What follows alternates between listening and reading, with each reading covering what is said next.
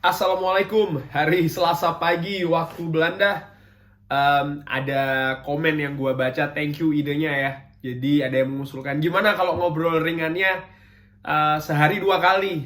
Oke, karena hari Selasa ini kebetulan gua nggak kerja, jadi ya gua mau bikin ngobrol ringan. Ngobrolin apa? Gua ada satu topik ini kaitannya sama pertandingan nanti malam, yang juga ada kaitannya dengan match melawan Tottenham Hotspur dan juga match melawan Manchester City.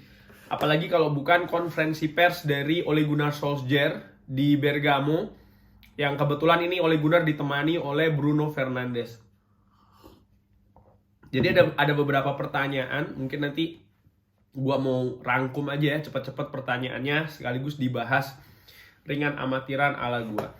Langsung saja nih ada pertanyaan. First of all, ada pertanyaan ya.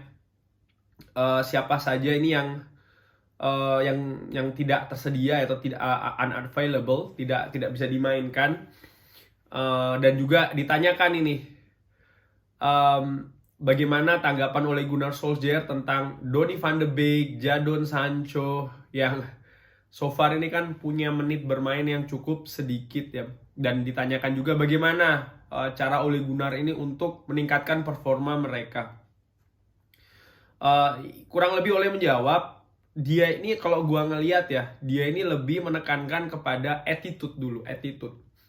Jadi bagaimana pemain-pemain itu bereaksi dengan keadaan. Artinya dia juga sadar kalau pemain itu juga pingin bermain, semua pemain itu pingin bermain. Karena dia bisa bilang begini karena dia juga seorang pemain, kan dulu seorang pemain, dan kebetulan pemain yang sering duduk di bangku cadangan pula. Jadi dia tahu rasanya seperti apa. Buat dia adalah bagaimana pemain itu bereaksi dengan posisinya masing-masing, baik itu di atas lapangan, di bangku cadangan, ataupun juga ketika tidak bermain, tetap harus melakukan sesuatu hal yang bermanfaat untuk tim. Dan kalau gue ambil dari sini ya, kurang lebih seperti itulah jawaban Ole Gunnar. Karena dia juga menyadari kalau kualitas di Manchester United itu cukup banyak dan cukup tinggi semua. Jadi tidak mungkin dalam setiap pertandingan mereka semua ini akan bermain, memiliki menit bermain. Tapi yang paling penting buat Ole Gunnar kalau gue tangkap dari jawaban dia adalah kontribusi apa, baik yang sudah bermain di atas lapangan, duduk di bangku cadangan akan bermain, tahu harus seperti apa, maupun mereka-mereka yang tidak bermain tetap harus memiliki kontribusi. Dan itu tidak hanya terjadi di satu pertandingan, ketika satu pertandingan selesai dan tidak, dia tetap harus terus berkontribusi. Oke, pertandingan ini selesai, tidak berarti pemain santai-santai saja, tapi terus menatap bagaimana apa yang mereka bisa kontribusikan lagi untuk pertandingan selanjutnya di lapangan latihan ataupun di tempat lain. Dari sini gue menangkap bahwasannya Ole Gunnar ini menekankan betul arti kebersamaan dalam sebuah tim.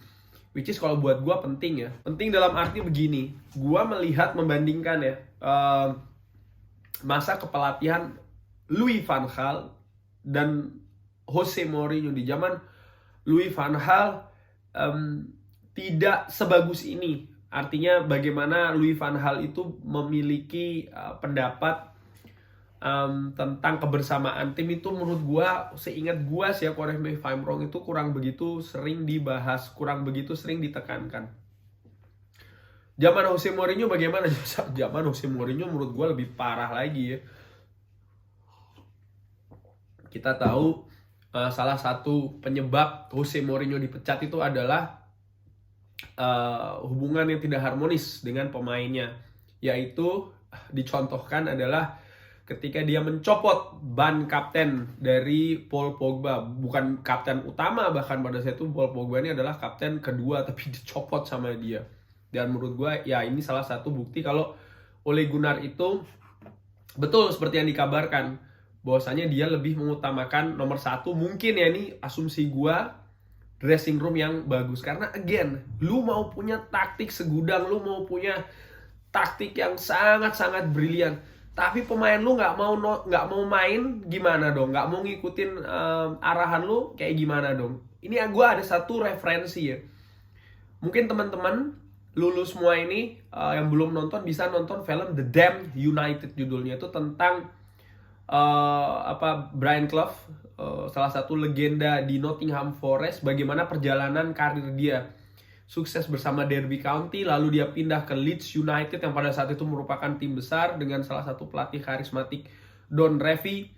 Bagaimana dia itu berusaha survive di Leeds United setelah dia sukses ya bersama Derby County, bukan pelatih kaleng-kaleng tapi bisa dilihat itu salah satu gambaran sih, dan itu merupakan dari based on true story filmnya, jadi bisa ditonton. Ada lagi nih pertanyaan soal dari wartawan menanyakan setelah hasil melawan Liverpool lalu bounce back melawan Tottenham, ditanyakan apakah Ole Gunnar ini berpikir kalau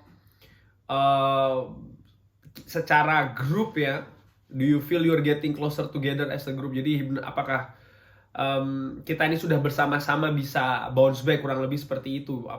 Bukan cuma dari sisi individu tapi juga secara grup pemain ya, karena memang bisa jadi hal-hal sepele, gua ralat. Hal-hal seperti ini setelah kalah telak lalu ada grafik naik yang pernah gua singgung di beberapa video gua sebelumnya, itu akan matters ke hal-hal selanjutnya. Dan bagaimana Ole Gunnar berpendapat ini kurang lebih dia menggambarkan kalau attitude dari pemain itu spot on. Artinya memang semua down ketika menghadapi Liverpool, tapi bagaimana mereka ini memiliki sikap, mentalitas yang ditunjukkan menghadapi Tottenham Hotspur, terlepas dari urusan teknis dulu ya, itu cukup baik. Dan itu pun juga gue lihat dan menurut gue tuh cukup penting. Seperti gue bilang, partai melawan Tottenham Hotspur itu lebih ke mentality, lebih menunjukkan bagaimana kualitas mental dari pemain Manchester United. Apakah mereka cukup kuat? Apakah mereka ingin lanjut dengan pelatihnya? Apakah mereka punya motivasi untuk bangkit? Dan tiga-tiganya ini gue lihat ada di pertandingan menghadapi Tottenham Hotspur. Ada pertanyaan soal masalah taktik, apakah akan menggunakan 3 back atau 4 back. Ole Gunnar menjawab, nah ini menurut gue cukup penting ya, akan gue quote, I cannot give you the game plan or tactics. Saya tidak bisa memberikan game plan atau tactics, tentu saja. But we have a squad to play many different ways. Tapi kita punya squad yang bisa bermain di banyak jalan ya. You can put any tactics out. Nih, kamu bisa pakai taktik apa saja, sistem apa saja, but it's the players within it and how they execute their role. Tapi again, ini bagaimana pemainnya yang bermain dan bagaimana mereka mengeksekusi itu taktik, sistem, rules, apapun itu di atas lapangan. Dan itu bedanya di hari Sabtu. The quality of what we did was the quality of what we did was more important than the system we play. Kualitas yang kita punya per pemain itu lebih penting daripada sistem. Ini jangan diartikan kalau Manchester United lebih mengandalkan individu daripada sistem. Itu gua nggak setuju. Lu punya pendapat kayak gitu, apakah itu pendapat lu sendiri atau pendapat orang lain yang lu pakai, terserah. Kalau buat gua, again, pelatih manapun dia sudah punya license, artinya dia sudah punya sertifikasi, dia punya strata untuk melatih tim di kasta tertinggi di Liga Inggris contohnya, ataupun Liga Belanda. Tidak mungkin pelatih amatiran tanpa sertifikasi itu bisa melatih. Sertifikasi ini ditempuh dengan cara bagaimana ya, mereka punya training, mereka ada ujian pun juga bukan ujian teori ya, tapi juga ujian praktek. Dan karir yang mereka rintis itu kan juga ada ya pastinya juga menyertakan mereka harus menerapkan taktik, strategi, dan lain-lain. But anyway, again gue tekankan, mau sekaya apapun pelatih, tapi kalau pemainnya tidak mendengarkan, dan ini sudah terjadi di Manchester United ya, dari zaman David Moyes, bahkan dari zaman David Moyes. Yang belum tahu bisa cari, gue belum beli kebetulan bukunya Patrice Evra, itu bagus. Di situ ada sinopsis tentang apa saja yang isi bukunya. Salah satunya adalah bagaimana hubungannya dengan David Moyes. Kalau pemain-pemain itu seperti tidak ingin bermain dengan David Moyes. Nah, kalau sudah seperti ini, mau taktik seperti apapun yang diterapkan, kalau lu bilang David Moyes pelatih jelek, ya sekarang lihat bagaimana dia bersama West Ham, dibawa kemana tuh West Ham sama dia. Itu kalau dibilang pelatih jelek, ya tapi kan di West Ham, whatever. Buat gua, again, dia sudah membuktikan itu bersama Everton. Dan ketika dia di Manchester United, itu tadi, pemain-pemain tidak mau bermain dengan dia. Kalau sudah seperti itu, mau sistem apapun yang diterapkan, tidak akan terjadi. Ataupun ketika seperti dengan Louis van Gaal. Louis van Gaal pun juga demikian, bukan pemain yang tidak mau bermain dengan dia. Pemain seperti bingung dengan sistem yang dia terapkan. Akibatnya apa? Tidak bisa terpakai dengan maksimal di atas lapangan. Jose Mourinho itu cerita lain. Tapi maksud gue, again, gue setuju banget apa yang dikatakan oleh Ole Gunnar Solskjaer. Secara default tim, kita itu punya banyak pemain dengan kualitas kelas dunia ya. Dan dengan kualitas kelas dunia ini, kalau menurut gue dengan amatiran, tidak perlu pelatih itu punya taktik atau bahkan strategi yang terlalu detail, yang terlalu jelimet. Detail iya, tapi jelimet itu gue kurang apa. Karena begini, mereka pemain-pemain ini mereka world class, mereka punya kualitas, mereka punya pengalaman. Ya, mereka bukan pemain junior, mereka punya pengalaman. Dimana mereka ini tidak banyak individu-individu di dunia kerja, contohnya ya. Orang-orang yang punya kualitas, orang-orang yang punya pengalaman. Kadang kalau dia diberi instruksi terlalu detail, apalagi hal-hal yang sebenarnya mereka juga sudah tahu, itu kan seringkali mereka tidak suka. Karena apa? Lalu ngapain ngasih tahu gue begini? Gue juga sudah tahu. Ini loh, gue nggak perlu ngasih tahu gue panjang lebar. Gue sudah tahu apa yang gue lakukan. Sudah selesai. Karena sering sekali seperti itu yang terjadi. Dan itulah yang kalau menurut gue yang terjadi dengan seorang Cristiano Ronaldo contohnya. Mungkin juga dengan seorang Edison Cavani, dengan seorang Paul Pogba mungkin, atau Rafael Varane juga ya. Jadi pemain-pemain senior yang mereka tidak perlu dikasih tahu secara detail lu harus seperti apa, apalagi sampai wah too complicated, sophisticated. Mereka bukan pemain junior. Mereka cuma perlu dikasih tahu 1, 2, 3 selesai. Mereka bisa berimprove sendiri dan kualitas pun ada begitu. Dan ini menurut gua yang menarik dari membangun sistem di Manchester United. Karena ada perpaduan pemain-pemain seperti itu. Dan juga ada pemain-pemain seperti kayak Jadon Sancho yang baru pertama kali di Liga Inggris Premier League. Ya kan, dulu sama Manchester City kan, kalau sama gua sih nggak gua anggap ya. Lalu ada pemain-pemain yang masih develop seperti Fred, seperti Scott McTominay. Ada juga pemain yang up and down kayak Harry Maguire, kayak Luke Shaw yang notabene juga termasuk golongan pemain senior. Hal-hal seperti ini kan menjadikan nggak bisa. Kalau menurut gua tuh tidak bisa. Pelatih itu hanya punya kualitas taktik yang detail, yang atraktif segala macam, you name it lah. Begitu lu punya pemain-pemain seperti ini, lu panggil satu-satu, lu jelasin kayak begini, yang ada bukannya dia malah nurut sama lu, bisa jadi dia malah kesel. Karena apa-apaan ini, gue juga sudah tahu gue kualitas kaliber seperti apa, kenapa lu harus detail seperti ini, nggak perlu, bisa jadi begitu ya. Again, referensi salah satu kalau lu malas baca ya, itu film The Damned United. Itu menurut gue salah satu film yang bagus menggambarkan bagaimana sih hubungan antara pemain dan juga manajer di sebuah tim. Dan itu based on true story. You were under pressure to get result against Tottenham. You got the result.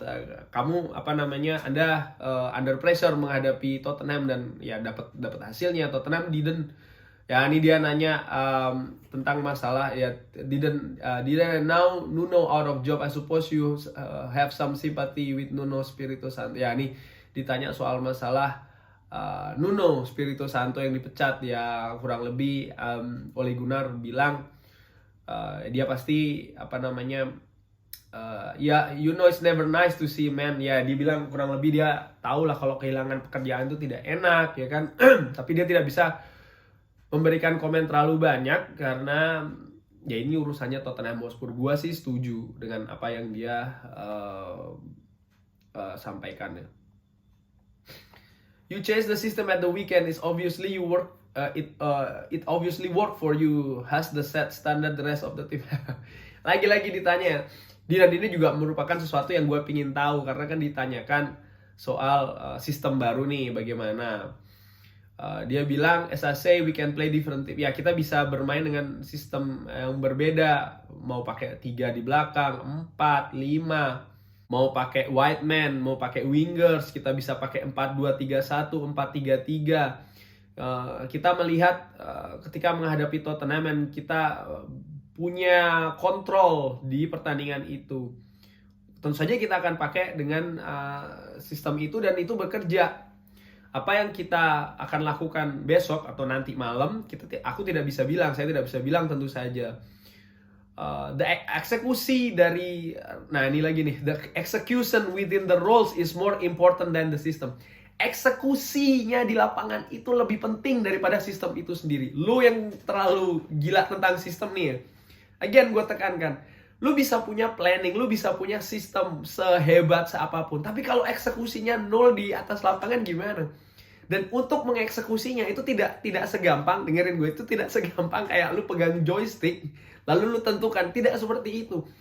Pemain itu punya nyawa masing-masing, pemain itu punya karakteristik masing-masing, punya pola pikir masing-masing, punya penerimaan masing-masing, punya improvisasi masing-masing dengan sistem yang diterapkan atau diberikan oleh manajer. Jadi ini merupakan suatu hal yang complicated. Jadi kalau seandainya gue melihat Manchester United bermain buruk ketika menghadapi Leicester ataupun juga menghadapi Liverpool, pertanyaan gue, oke, kita bermain buruk, pakem utamanya seperti apa, sistem utamanya seperti, dan itu gue tidak bisa punya jawaban, dan mungkin banyak orang juga tidak punya jawaban. Maksud gue sistem pakemnya atau pakem sistemnya begini, yang di ruang ganti yang diberikan instruksinya itu seperti apa. Lu bisa aja nyinyir, ya kan dia tidak punya sistem, ya udah lu nggak usah nonton deh kalau begitu. Itu tidak masuk akal buat gue perkataan seperti itu. Kenapa gue bilang seperti itu? Karena yang gue baca di buku Sir Alex Ferguson, bagaimana Sir Alex ini memberikan sistem ketika kita kalah 1-6 menghadapi Manchester City.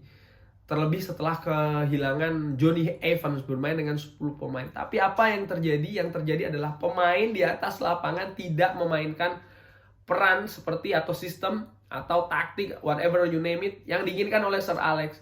Sir Alex ingin mereka bermain agak rapat, tapi mereka justru bermain menyerang. Akibatnya apa? Akibatnya di belakang banyak yang kosong. Disitulah Manchester City dengan serangan baliknya dan keunggulan pemainnya mampu mencetak gol banyak sampai dengan ditutup dengan gol Edin Dzeko ya, di gol ke-6-nya. Gue sepakat the execution within the role is more important than the system. The quality of the pass to Cristiano, kualitas dari passing ke Cristiano di gol pertama. Apakah itu kita bermain 4-2-3-1 atau 3-5-2 dan just individual itu individual brilliance itu apa ya, permainan individu yang baik. Ini juga ada yang bilang katanya Manchester United terlalu mengandalkan permainan individu. Ya, kita punya pemain kelas dunia, ya kenapa tidak dimanfaatkan? Gue sebenarnya tidak masuk di kepala gue yang dimaksud dengan mengandalkan individu itu seperti apa. Kita punya pemain kayak Bruno Fernandes yang punya kualitas passing yang cukup bagus. Kita punya seorang Paul Pogba yang punya visi passing cukup bagus. Kita punya seorang Cristiano Ronaldo yang mampu mencetak gol dengan sudut sempit di segala posisi, bahkan di banyak posisi, bukan segala posisi, di banyak posisi. Kita punya seorang Luke Shaw ya dengan penetrasi yang bagus, dengan crossing yang bagus pula. Kita punya seorang Marcus Rashford dengan dribbling yang cukup bagus, yang bisa melewati 2-3 orang bahkan.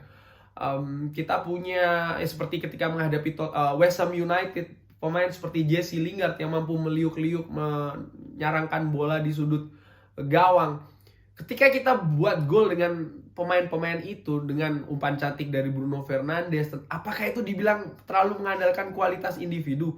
Mungkin iya, tapi apakah itu salah? Menurut gua tidak begitu loh. Kenapa? Karena Manchester United memang punya tim seperti ini yang punya kualitas pemain individu yang bagus. Ketika mereka mengeluarkan kualitas individunya di atas lapangan, apakah itu salah? Tidak. Kalau gue jadi pelatih, bukan gue jadi pelatih, atau maksud gue begini, kalau ada pelatih yang justru mengeksploitasi kemampuan individu pemain biar bisa bermain sesuai kapasitasnya, ya ini gue tekankan lagi, di atas lapangan, itu pemain itu pelatih yang bagus sih menurut gue. Justru kalau pelatih itu tidak bisa mengeluarkan kemampuan individu pemain sesuai dengan kapasitasnya, diredam dengan ya I don't know permainan super kolektif atau whatsoever, sehingga pemain itu kualitasnya justru semakin meredup di atas lapangan, itu justru yang dipertanyakan.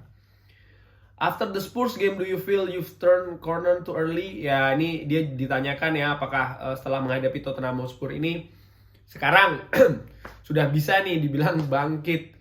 Dia bilang tidak. Ole Gunnar bilang yang selanjutnya ini yang penting. Yang penting lagi menurut dia adalah konsistensi.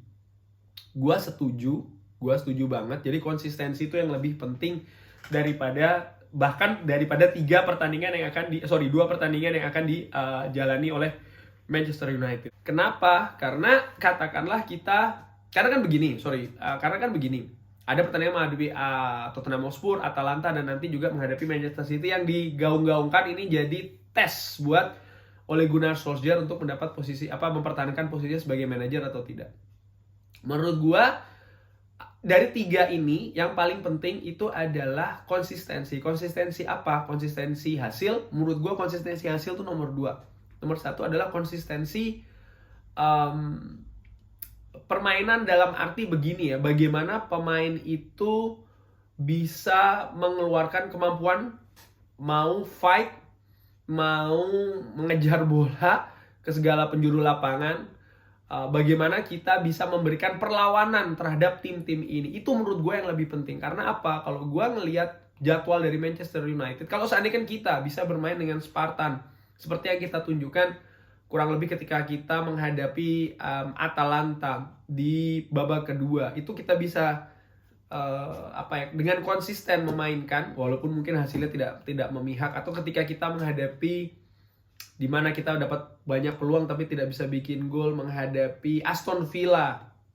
Tentu saja harus ada yang diperbaiki ya, lini belakang dan juga ketajaman lini depan. Tapi secara overall kita mendominasi, kita punya banyak peluang. Itu bisa diteruskan. Ya menurut gue itu merupakan pertanda baik, karena setelah menghadapi Manchester City di bulan November, kita ada 2 yang berat ya, ketika menghadapi Arsenal dan juga Chelsea kalau tidak salah di bulan Desember atau November, gue lupa. Tapi setelahnya itu sampai dengan bulan Februari itu jadwalnya agak lunak. Dan menurut gue dengan konsistensi permainan yang bagus, di mana kita bisa menciptakan banyak peluang, lebih bisa mengkonversi gol, pertahanan lebih bagus lagi, itu akan memberikan suatu hal yang berbeda. Dan kalau ini bisa dilakukan secara konsisten, mungkin setelah bulan Februari kita akan melihat Manchester United yang berbeda. Ada pertanyaan soal Cristiano Ronaldo dan juga Bruno Fernandes yang ditanyakan apakah mereka kan main lagi nih di Italia ya kan, setelah mereka meninggalkan Liga Italia cukup lama. Apakah mereka ingin membuktikan sesuatu? Ternyata kurang lebih Ole Gunnar menjawab, ya mereka lawan siapapun juga tentu akan selalu bermain dengan permainan yang terbaik, dan itu kan selalu kita lihat ya dari Bruno Fernandes dan juga terutamanya Cristiano Ronaldo, gimana mereka ini punya mentalitas pemenang yang menurut gue cukup baik, cukup bisa mengangkat moral tim, terutama di masa-masa seperti ini ya, masa-masa sulit. Apa yang gue mau bahas yang cukup menarik? Ada 3 pertanyaan lagi. You receive a lot of praise, dan ditanyakan ini, kamu mendapatkan banyak pujian dan juga kritik di Manchester United, tapi setelah menang bahkan setelah menang menghadapi Tottenham minggu lalu, I could see some critics on certain. Wartawan ini bilang ya, dia bisa melihat kritik itu di beberapa bagian, seperti kayak ya terlalu bermain defensif ya kan, tidak seperti Manchester United, gayanya Manchester United atau United way dan lain-lain. Do you feel that people just want you to? Apakah Anda pikir orang-orang itu yang memberikan kritik pingin supaya Anda atau Ole Gunnar itu untuk gagal dengan apapun yang dilakukan, and also is proving people wrong something that motivates you, atau ini sesuatu yang jadi motivasi untuk membuktikan orang itu salah? Dan jawabannya Ole Gunnar, criticism can make you doubt yourself or you can stand up for yourself. Kritik itu akan membuat kurang lebih kamu jatuh atau justru kamu bangkit ya. Dia sangat I've always enjoyed criticism. Saya selalu menikmati kritik. Ya datang terus aja, nggak apa-apa. Karena ya ada jurnalis, pundit, expert, dia punya pekerjaan yang berbeda-beda. Itu pekerjaan mereka untuk memberikan opini, dan dia tidak akan melawan atau ya itu tadi ya, menghadapi atau berkelahi dalam tanda kutip dengan mereka ya. Artinya buat Ole Gunnar sudah, mereka melakukan pekerjaannya, kasih kritik, kasih opini, nggak apa-apa. Itu pekerjaan mereka. Gue sepakat. Tapi ada juga yang gue nggak sepakat ketika, dan ini gue setuju dengan Gary Neville dan juga dengan Gary Lineker ya, kalau nggak salah. Bahwasanya pundit, expert, atau komentator, kalau sampai mereka punya pendapat untuk menyarankan pemecatan untuk pelatih tertentu yang menurut gue tuh agak sedikit sudah di luar batas alias offside ya. Lu bisa kasih kritiklah permainannya, kritiklah orangnya, kritiklah gayanya. Tapi kalau lu sampai punya kesimpulan yang itu tadi ya, pecat sana pecat sini, yang menurut gue itu tidak bijak. Apalagi lu yang mengaku sebagai fans Manchester United tapi menginginkan pelatihnya dipecat, buat gue nggak masuk akal. Ini ada pertanyaan lagi ya, di Itali kita bilang Atalanta itu adalah tim paling Inggris dengan kecepatan mereka, dengan intensitas dan juga gayanya. Ditanya, tentu saja kan Anda bermain melawan Atalanta di Old Trafford. Apa yang buat menurut Anda tim ini spesial? Ole Gunnar bilang they have special way of playing, a certain style with high. Ya, mereka punya gaya permainan yang khusus, mereka punya tempo yang tinggi, intensitas, agresif, sangat menyerang dan juga positif. Pelatihnya shines that energy when, itu tadi, pelatihnya bisa mengeluarkan energi itu ketika dia memimpin tim ini. Again, pelatih.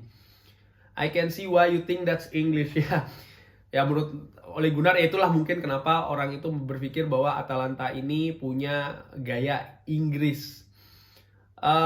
Kurang lebih sih kalau gua ngelihat dari kalimat ini ya dia sudah tahu bahwa Atalanta ini punya karakteristik seperti yang tadi dibilang ya, agresif, menyerang, high tempo, dan itu sudah diperlihatkan kan di pertandingan pertama. Dan Ole Gunnar sebenarnya juga sudah tahu bagaimana cara meredam itu. Tinggal nanti saja nih bagaimana dia akan mempersiapkan tim untuk melawan Atalanta. Apakah akan menggunakan 4-2-3-1 lagi? Apakah akan menggunakan 4-2-3-1 dengan tempo tinggi, pressing yang tinggi dari awal? Atau 4-3-3 seperti Liverpool ketika menang 5-0 menghadapi Atalanta musim lalu? Atau bermain setback defensif seperti ketika menghadapi Tottenham Hotspur dengan mengandalkan serangan balik yang kita tahu kualitasnya ternyata cukup mumpuni? Ya ini nanti gue juga penasaran sebenarnya untuk menantikan nanti ya. Pertanyaan terakhir adalah what do you expect from Atalanta? Apa yang Anda harapkan dari Atalanta? Ole Gunnar menjawab, saya berpikir Atalanta ini punya gaya unik. Mereka ini percaya dengan dirinya sendiri. We got the game we expected. Kita punya permainan yang kita harapkan. Tentu saja ada sesuatu yang ingin mereka coba untuk memenangkan pertandingan. Kita juga seperti itu. Kita selalu berusaha untuk menciptakan problem untuk lawan. Dan mereka juga akan berusaha untuk create problem atau masalah untuk lawannya juga. Jadi kurang lebih sama-sama ini sudah tahu gaya permainannya dari leg pertama, tinggal bagaimana masing-masing tim ini memanfaatkan timnya sendiri untuk memaksimalkan kondisinya, dan juga bagaimana mereka berusaha untuk menciptakan problem atau masalah bagi tim lain. Yang gue harapkan sih ya di pertandingan nanti, tentu saja seperti gue bilang di preview, Manchester United bisa bermain disiplin dulu ya, bermain disiplin, tidak melakukan kesalahan sendiri yang banyak, karena sering sekali gol-gol yang tercipta itu bukan semuanya tapi seringkali itu berawal dari kecerobohan pemain Manchester United sendiri. Dan kalau ini bisa dikurangin, bukan tidak mungkin Manchester United akan bisa memetik hasil yang lebih baik. Nah, kalau seandainya dari sisi Atalanta, bagaimana cara menekan pemain Manchester United untuk bisa melakukan kesalahan-kesalahan yang terus-menerus? Kalau menurut gue ada satu cara, yaitu adalah mereka berusaha untuk bermain dengan high press. Seperti yang Manchester United lakukan ketika di babak kedua. Pertanyaannya ada dua. Satu, mampukah mereka melakukannya? Nomor dua, mampukah mereka konsisten melakukannya? Artinya kalau mereka cuma melakukan 10-15 menit ya kan tidak berarti banyak. Tapi kalau mereka bisa konsisten, karena ini kan dibutuhkan juga gaya permainan dan juga fisik yang cukup prima untuk melakukan high press sepanjang pertandingan. Nah, ini cukup menarik. Kurang lebih demikian, obrol ringan aja soal press conference atau konferensi pers dari Ole Gunnar Solskjaer bersama dengan Bruno Fernandes. Ya, kalau Bruno Fernandes diikutkan di konferensi pers, maka bisa dipastikan kemungkinan sangat besar sekali dia akan tampil sebagai starter di pertandingan nanti malam. Thanks for watching ya. Thank you juga usulannya. Ini sudah gue bikin videonya. Mungkin tidak bisa setiap hari ya, karena kalau hari Selasa kebetulan gue nggak kerja, jadi mungkin bisa bikin video agak banyak, lebih dari satu. Jangan lupa like and subscribe. Ya, sama-sama kita nantikan Manchester United nanti malam ya. Wassalamualaikum warahmatullahi wabarakatuh.